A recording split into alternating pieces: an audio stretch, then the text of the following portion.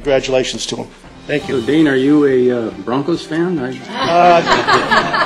How could you tell?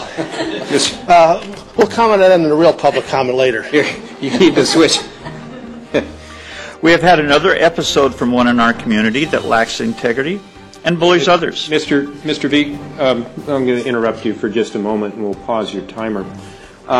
I'd like to, again, reference for public comment that we do not want to hear personal attacks, and I'm going to ask you to temper your remarks.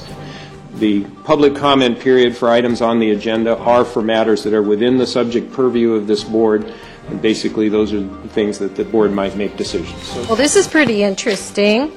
I think we're once again being censored as the public. You have certain categories that are not allowed to be spoken about by your definition. Ms. Mordaunt, again, I'll interrupt you very briefly to make sure I'm clear about my intent here. It's not to censor your legitimate ability to speak before this board. Really? And yes, it is. That is not the intent of my comments to speakers.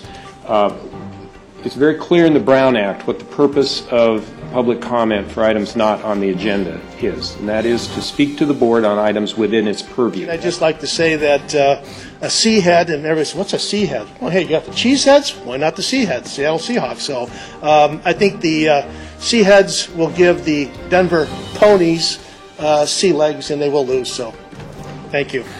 Thank you, Mr. Censor. Go Seahawks.